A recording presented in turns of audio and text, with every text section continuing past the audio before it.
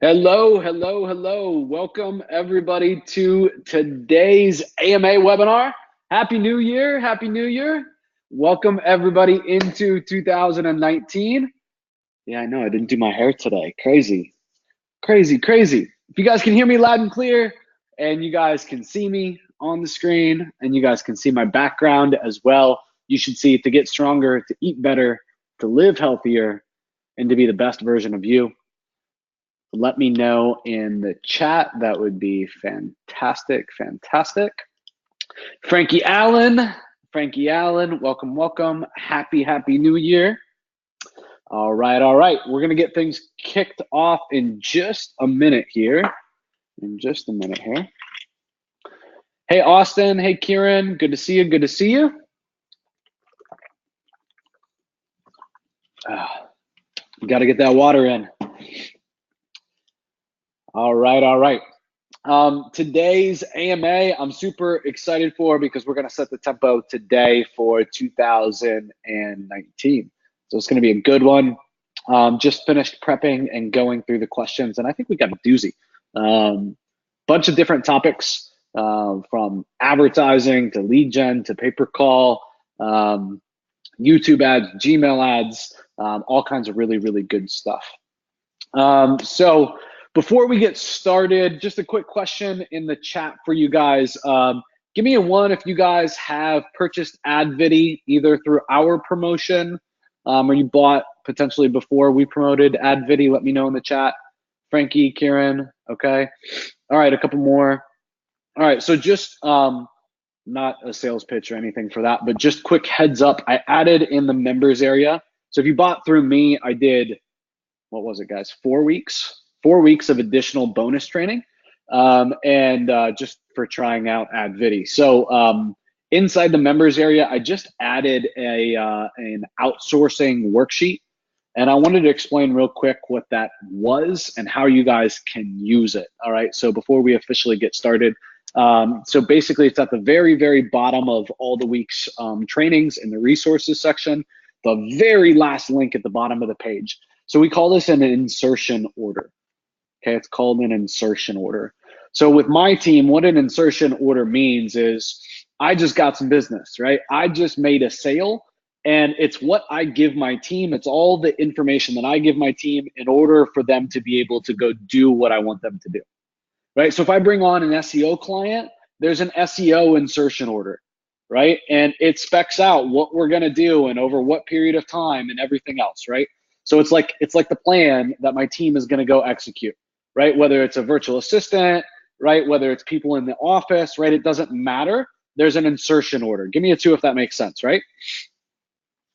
All right, so I created an insertion order for AdViddy, right? So let's say that you go out and you use AdViddy as a foot in the door, right? You give it away, right? And now you're gonna hand it off, right? You used it as a foot in the door. Somebody said, yes, of course, I want that amazing video for free. Why wouldn't I?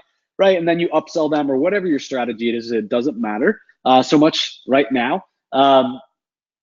What you would do then is you would get them to approve the template that you're gonna use, right? And then you would hand off the insertion order to your team with all the details filled out, right? So you would fill out that insertion order with your client or with your prospect, right? And then you would hand that off to your team, and that literally gives them everything that they need to know step by step to go and actually build out that video so that you don't have to.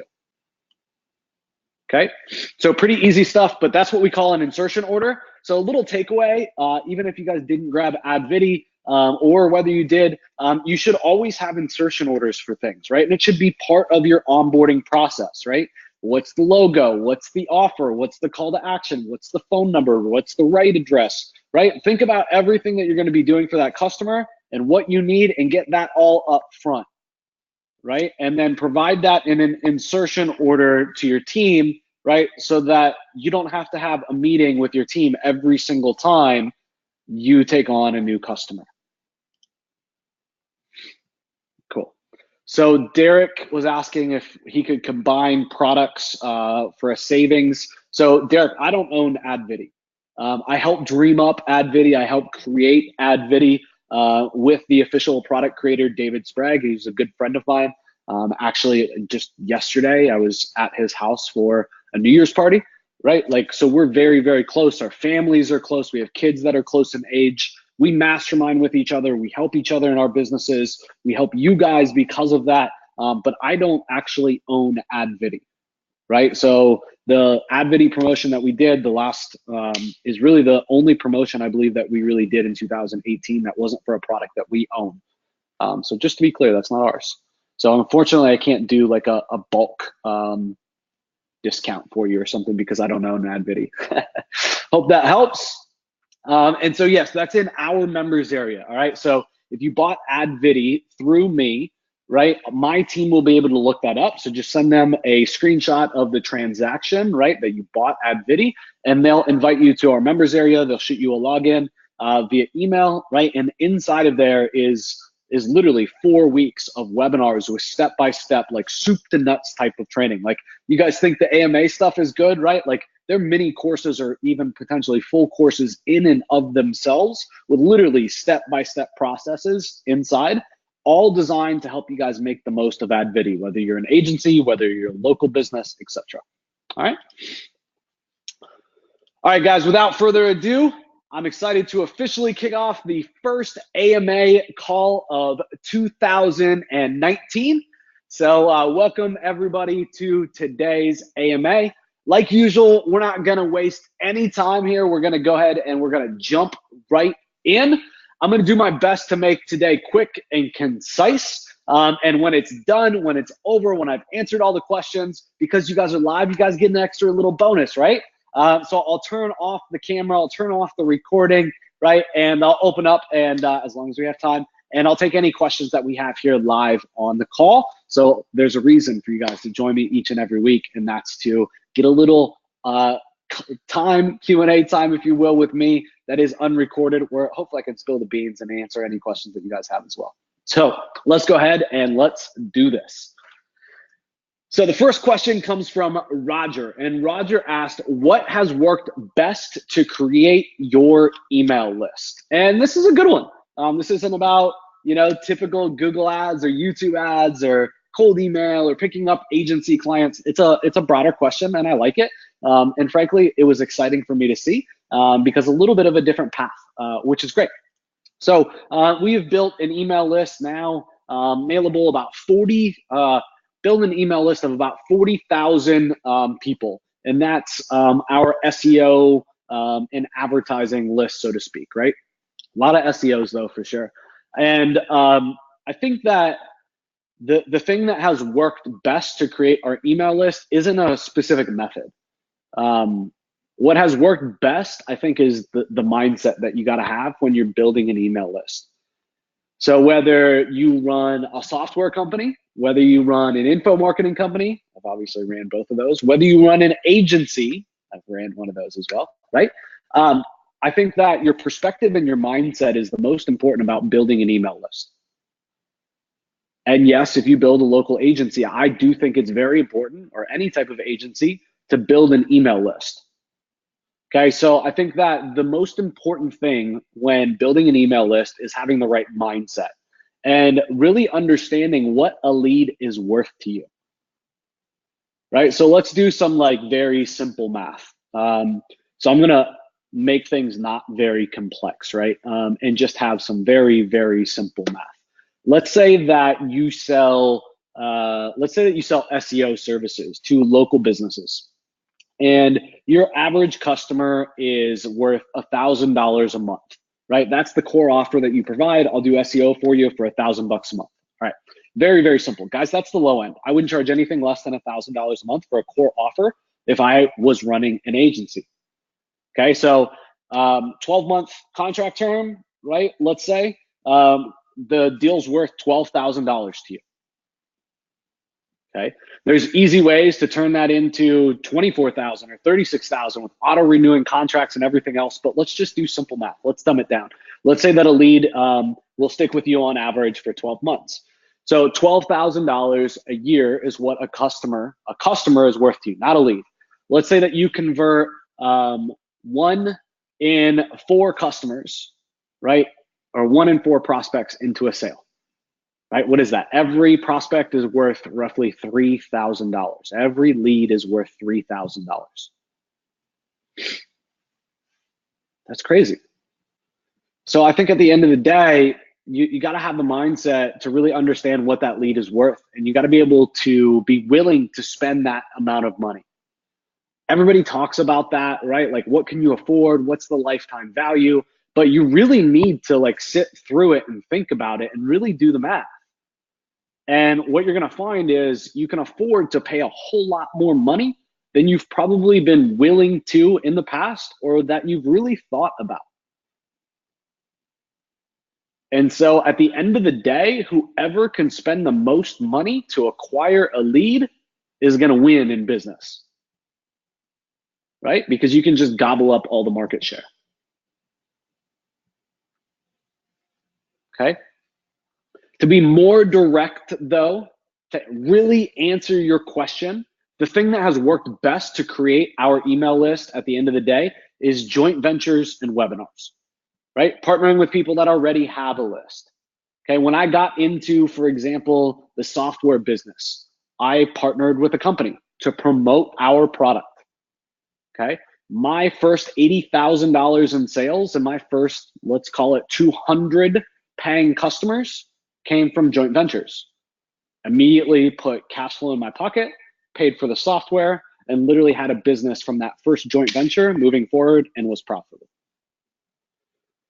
So joint ventures and webinars, right? When you can speak one to many, are freaking fantastic.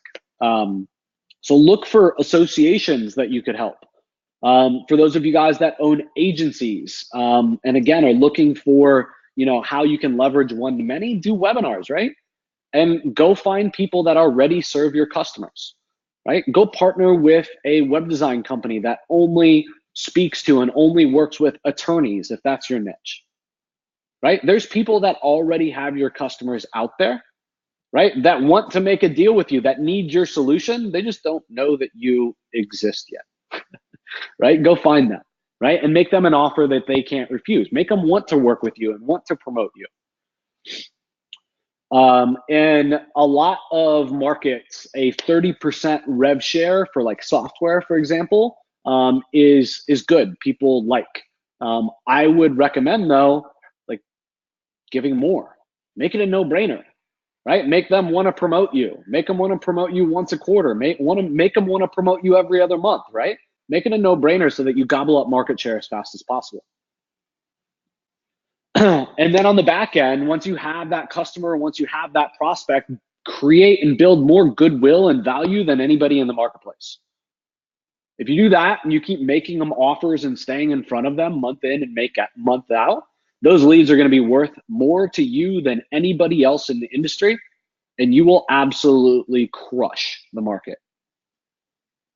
Okay, you want to know how I quote unquote got big so fast, quote unquote? This screen right here. That's it. You do that in the marketplace, you will absolutely freaking dominate. Okay, and you will grow very, very quickly. Mark asks, how do you rate press release services for citations compared to social signals?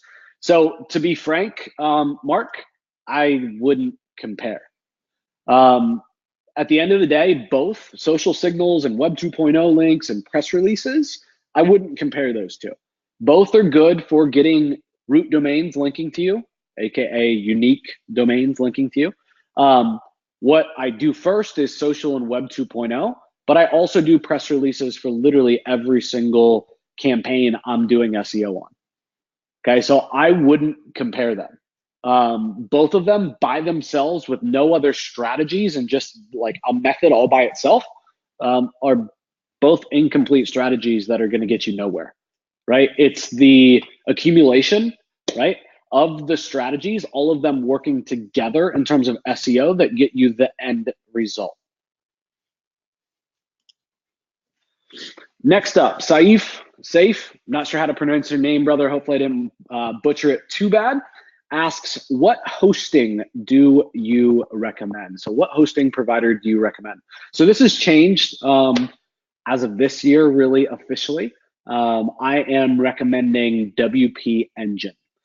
So I just moved the hosting at Digital Triggers, did a big site overhaul, still kind of working on a bunch of the stuff behind the scenes, so to speak, but moved to WP Engine. So why? First and foremost, they have freaking amazing support. In this day and age, support is very important. And most companies that I've worked with, some of the companies that I've recommended in the past for having amazing support, don't really have such amazing support anymore, right?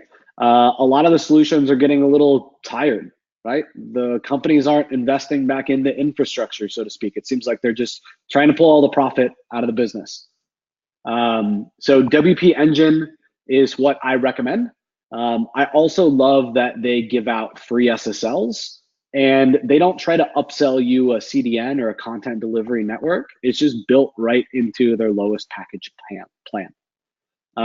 They also offer, all their plans are risk-free for 60 days. So you get on them, you use it for 60 days and you don't like them, and it literally costs nothing, right? You can get a refund. The other thing that I think is super important for every host in these days is that they help you with migration, right? That there's some type of system or support team to help you with migration of you moving from one host to another, right? And WP Engine, I think, does really good at that with their quote unquote hassle-free auto migration service that they provide. If you guys want to jump into WP Engine, I would suggest it. To be frank, even like digitaltriggers.io, our site is on their like lowest plan, right? I mean, we have a bunch of sites, but we're really, Digital Triggers is really on like the lowest plan. We're not eating more bandwidth than that, right? We're not eating more space than that. So it is a premium host. It's not cheap. It's not, as cheap as, HostGator or Bluehost or any of those trashy networks. And yes, I'm saying trashy. I think these days and age, they're not good, and they're not near as good as that they used to be. So I think that they're out of date. I think it's time that you move on if you are using one of them. I do have an affiliate link if you guys want to move to WP Engine or if you want to get started using WP Engine. Digitaltriggers.io/WP Engine. Super simple, right? So again, that is my affiliate link. Here's the thing, you use that, right? You use that, folks. I make $200 a sale. $200 a sale. Okay, they have some of the biggest payouts in the industry. They have amazing support. They have an amazing product, and I am super happy with it. Okay. Next, each and every one of you guys, as a marketer, whether you run an agency or whether you don't, right? Whether you just do marketing for yourself, people are always asking you guys for tech help, support, and recommendations, right? Give me a one in the chat if that's you, right? Where should I buy a domain, or where should I go host this, or what do you think about this, or what do you think about that? Guys, you should be getting paid for that knowledge, right? Okay, so go become an affiliate. Okay, make $200 a sale and be confident in an amazing solution like WP Engine. All right, so if you want to become an affiliate, just go to digitaltriggers.io/promote-WP Engine. Okay, go get paid, and dude, be deliberate. Like, it's an amazing service. I have no problem touting it to all of you guys and having you guys go tout it to each and every one of your prospects, customers, friends. And guys, that doesn't really happen often. All right, next up, question from Steve. Steve asks, do you auto bill your agency customers via PayPal? At the end of the day, I would never, and there's a little punctuation mistake or capitalization mistake, I would never recommend using PayPal to charge your customers. Fucking never. To me, PayPal being used to charge your customers means that you are playing bill collector. Instead, when you get a customer to sign an agreement, right, for your services, you should be getting a credit card or ACH authorization with that agreement. Okay. Then moving forward, you can bill when you need and when you want without the need for ongoing permission or waiting for the customer to pay you. Trust me when I say, you as a business owner, you as a freelancer, I don't care if you work by yourself, right? Or you have a huge team, right? You as an entrepreneur, trust me when I say at the end of the day, we all wear way too many hats, AKA we all have way too many positions in our businesses. The last thing that you fucking want to be is a bill collector in your business. And trust me, if you're just sending out invoices via Desk or any of these platforms, here's a PayPal invoice, you're not putting people on recurring subscriptions, right? You're just freaking asking for it. What's going to happen? They're not going to freaking pay. They're busy, right? Do them a favor, freaking automate the charge, take care of it for them, right? Get paid and you control your freaking cash flow yourself, right? Do not play bill collector. Trust me, you got enough freaking shit to do. Worry about your business.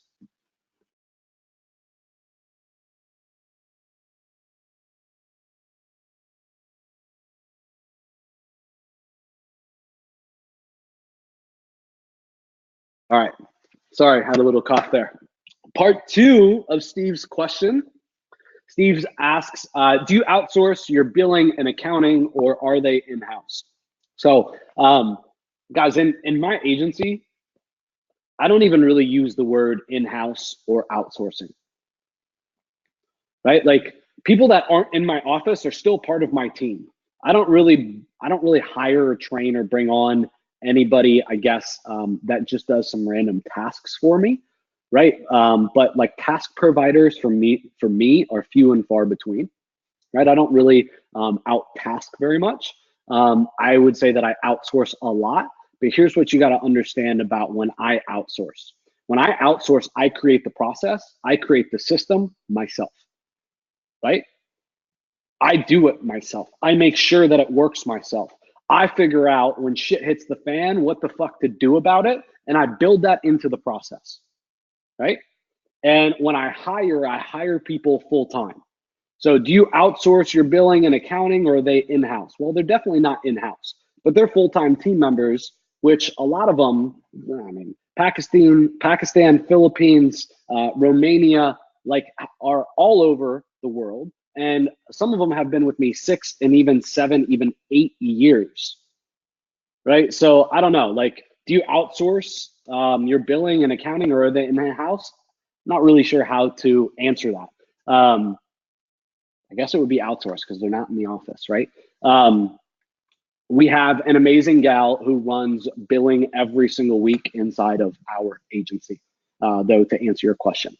You shouldn't be doing it. You shouldn't be running bill collector. They should be figuring out the invoices and the totals, and then they should be running the credit card or running the ACH transaction, not sending, again, an invoice, right, to your prospect, right? Charge your prospect. Okay. The third and final part of Steve's question goes something like this. Joe, do you execute deliverables in-house or do you outsource various tasks and service? And so I kind of got into this in part 2 of his question, but I don't do almost any implementation, period. Like almost zero. Yeah, like I just sold a $2,000 a month SEO client and I'm going to do almost zero implementation myself. Understand, folks, that's not because I'm lazy. Understand that's definitely not because I'm lucky. Understand that it's because I put in the work already to build out the systems and processes, to make sure that they work, to build the plans, right? I blueprint everything. I figure out the bottlenecks. I figure out the problems. Right? I fix them, I make them work myself, right? Then I hand it off and my team runs it day in and day out, right? And I only ever touch the process again to fix it if something breaks, okay? Or to improve it. And you guys should be doing the same, okay? This is how you run a successful business, right? You blaze the trail as the innovator, as the entrepreneur. You build the systems and processes behind you and you get rid of them. you get somebody else to run it, right? That's where you make the money, blazing the trail and building the systems. Dwayne asks, my friends, I guess more of a statement and then a question. So Dwayne says, my friend's company found YouTube ads are his best marketing ROI from conversion to sales. So he says, for local, what kind of YouTube ads would convert the best? This is simple, guys. I want to talk to you guys about the best way to monetize YouTube ads. Okay. And really, it goes past YouTube ads, it's retargeting in general. At the end of the day, the easiest way to monetize any traffic is to monetize traffic that is already warm, not cold. So, what do I mean by that? They've been to the website, they visited you on social media, they've interacted with one of your YouTube videos, meaning that they've watched it. Right? You take that traffic that's not cold, that's already heard of you, that's already experienced you, right? And now you retarget and you show your messages to them. Okay? That's going to get the best return in business, period. I don't care what other lead sources you have, retargeting, right? And specifically marketing to people who already know, like, and trust your business versus cold traffic is going to crush it, right? So, to get back to the question, really, like, for a local or for a brick and mortar company, what kind of YouTube ad would I run? Simple. Okay. In order for you guys to do this, I think the best way to do this is you pick up AdViddy. Okay. And with AdViddy is basically an offer video. So it's a nice looking video with transitions and zoom in and zoom out, right? It looks really, really good. And the scripts for the videos convert really well. Okay, that's the magic of AdViddy, and it's like point and click easy. Can you do it in other shit? 100%, right? But why would you even reinvent the wheel, right? I don't think you guys are getting paid enough for that. I certainly am not, right? They have beta tested that and run that thing and proven it so well. Just jump in there. There's no reason not to, right? So what I would do then is I would plan out with that local brick and mortar business, right? One offer per month for the next 12 months. Okay. So the offer is simple. It's trying to get them, the prospect, to reactivate or to do business for the first time, right? So I'm doing this right now, guys. This is real. Okay, I'm doing this right now with a cryotherapy company. Okay, this is exactly it. They're spending a little bit of money on advertising here and a little bit of money on advertising there, right? And they asked me, like, what's the best place for me to spend our money, right? We don't have a huge budget, right? But if we were going to hypothetically spend $1,000 a month or $2,000 a month, where should we be putting it? Guys, this is where to put it. And this is where you should be telling everybody to put it. Put it in remarketing and retargeting, okay? So create an offer, okay, that you're going to drip out, okay, every single month. So month one is this, right? Come in, right, and join our $10 a month membership and get a free cryotherapy session with a value of $45, right? Month two, come in to do cryo and get free Normatec, which is like compression for your foot or your feet, and your glutes, your legs, your thighs, right? So usually it's $35, but they're going to get it for free if they come in for cryo. Okay, the next month they're going to do this special, right? Bring a friend and give the friend free cryotherapy. The next month it's going to be bring a friend and they buy cryo and they get free Normatec, the leg compression stuff, right? So right there, I figured out 4 months, right? With me brainstorming with the business owner, we can come up with 12 months pretty quick, right? Give me a 2 if you think we could come up with 12 months of offers, right? 12 offers, right, in 10 or 15 minutes. Yeah, simple. Okay, so we plan that out. What I would do next, once I have the offer done, is I go into AdViddy, right? I go into AdViddy, I create all the videos. Okay, so I have 12 videos. I have one offer video for each of one of the offers that I just came up with that business owner. Simple. Okay. Final step, right, is I go in and I set up the remarketing. So I say anybody that's played one of my YouTube videos, anybody that's been to one of my sites, right? Retarget them on Facebook, retarget them on YouTube, retarget them in Gmail ads.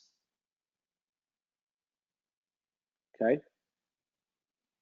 For my Gmail ad, I can show a picture, I can have text, right? And you can even put in Gmail ads, click to call.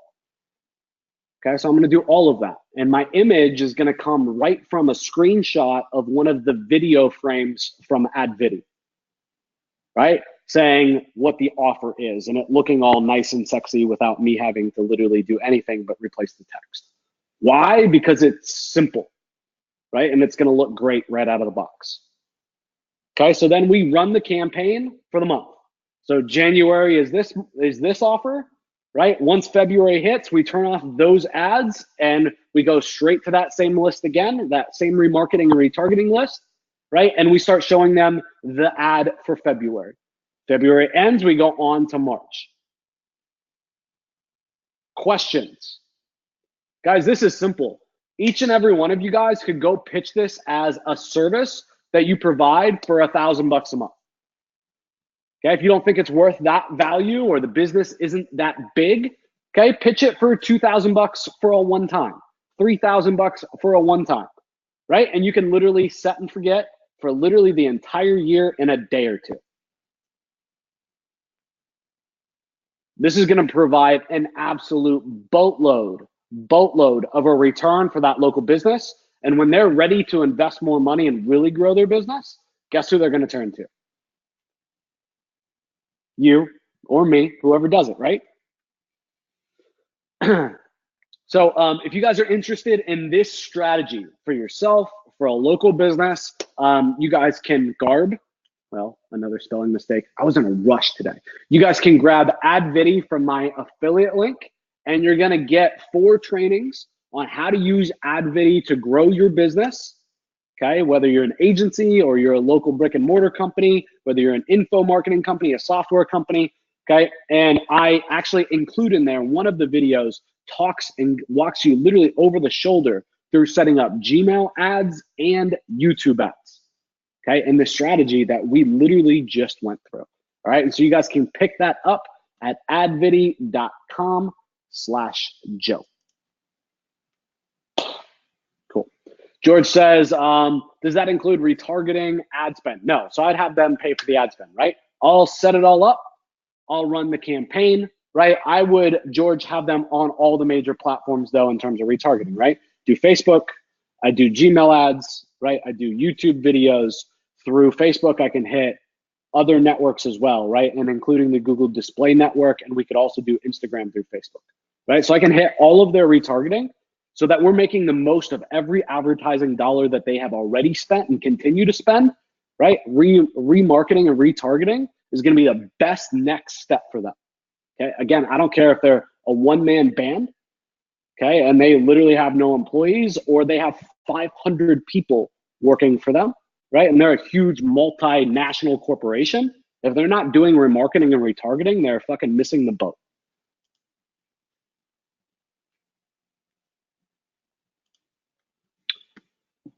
All right, so folks, this is the last question, I believe. And this question comes from Aaron Garcia. And I'm gonna paraphrase what Aaron said and kind of the situation that Aaron's in. And then I'll read the question in full. And this one is much like last week's video, or last week's last question of the AMA. So it's a little more in depth than normal, but it's a great question. And Aaron is an action taker. He's getting results. He's doing shit with the training, and I definitely want to help Aaron. All right. So Aaron is asking essentially, how does he change his monetization method? And what I mean by that is he went out, he sold a percentage of revenue deal for lead generation or pay per call. Right. He's getting paid on a percentage of revenue, and now it seems like he might be kicking himself in the ass a little bit that he sold the deal the way that he did, AKA on a percentage of revenue, okay? So without paraphrasing anymore, let's jump into Aaron's question, and I'll read it out for you, and we'll talk about how I would handle the situation moving forward. So Aaron asks, I recently ranked a site and it's doing well in the restoration niche. So the restoration niche is like water damage, fire damage, mold, things like that, right? Aaron goes on to say, I'm taking 15% of the jobs done by a company that I partnered with. So a little bit of background here. Water damage and fire damage and mold damage, restoration, these are big money jobs.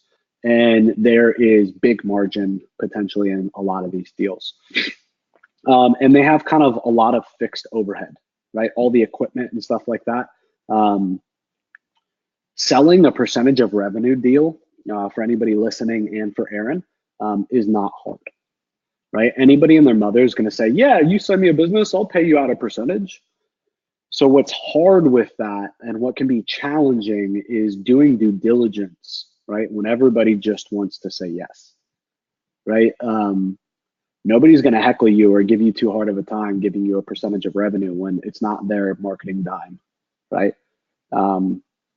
So that's one thing to just be cognizant of with the restoration niche.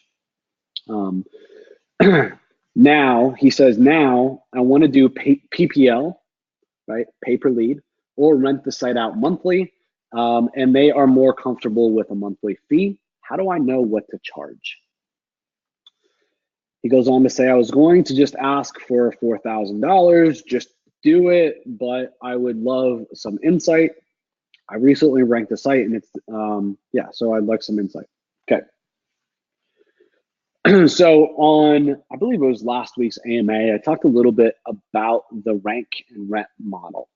To be frank, like I'm not a fan. If you have the chops to rank something and get the traffic, you're getting the least monetization possible by doing rank and rent, in my opinion. The reason is because when you do rank and rent, you're selling just basically with the sales pitch of, hey, it's on the first page.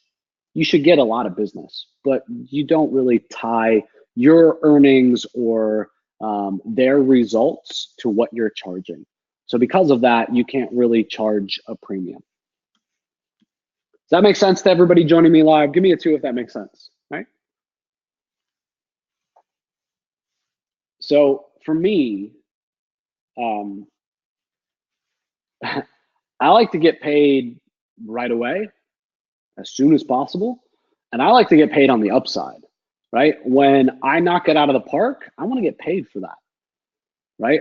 I don't work on projects that I can't knock out of the park. I don't work on projects where I can't continue to push something and make more money each and every year with it, right? It's just not worth it. So personally, I would not do a rank and rent model. Okay.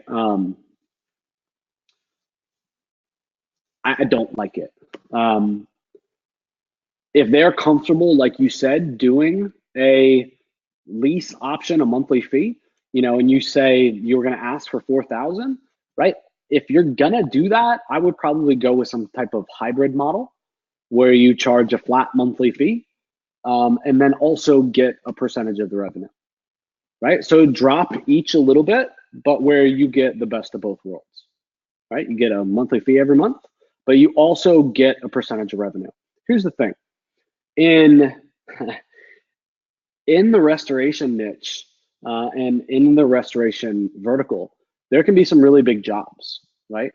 And the people that do $7,000 jobs are often the same people that do $30,000 and $40,000 jobs. So we've had jobs that we've generated inside of the restoration niche that were $40,000, $50,000, $60,000, $80,000, $100,000 plus in invoice totals, right? So I would want a piece of that upside, right? If we do $1 million in business through pay-per-call in one area through one website, right? Like I want a piece of that. right? I don't want 2 or 3 grand a month. Okay. And I don't think you should either, right? Like you want your interests aligned with that prospect. Okay. And I think, one of my biggest tangents with the rank and rent model is that your interests aren't aligned. You want to make as much money as you can every single month, and you don't want to do shit for it. You don't want to touch the site, right? And the customer wants the opposite. They want you to make a bunch of updates to the rank and rent site, right? They want to keep getting more and more out of it and having you do more and more updates. They want to keep paying less and less over time. And eventually, you guys are just going to have so much butting of heads that the relationship's probably going to die. Okay, so I like building relationships where we're on the same page, right? And everybody's going down, the relationship together, right? And they're both fighting for the same thing, and they're on the same side. Okay, you don't want to have a combative consulting relationship, or percentage of revenue relationship, or anything like that. Personally, that's how I do business. So. The other thing is due diligence, and that's what I want to talk about, the second part of this a little bit. If you're going to keep the percentage of revenue business, you need to build out a system for due diligence. Okay, I don't talk about percentage of revenue almost at all anymore, because I think it's an advanced strategy, right? Doing a percentage of revenue type of model, or a hybrid like we talked about today, is great. But I don't think that you ever start there. You don't start there when you're new because you have too much to learn. You don't start there when you're new because it's one more thing that you got to learn and implement and manage, right? Another system you got to create. Okay. Also on the sales side, it leaves a lot to be desired because every prospect's just going to say yes. And you're going to get spoiled not doing any due diligence, right? And then the deals are going to fall out the other end, meaning they're going to not work. You're going to get screwed over, right? As fast as they came in the front.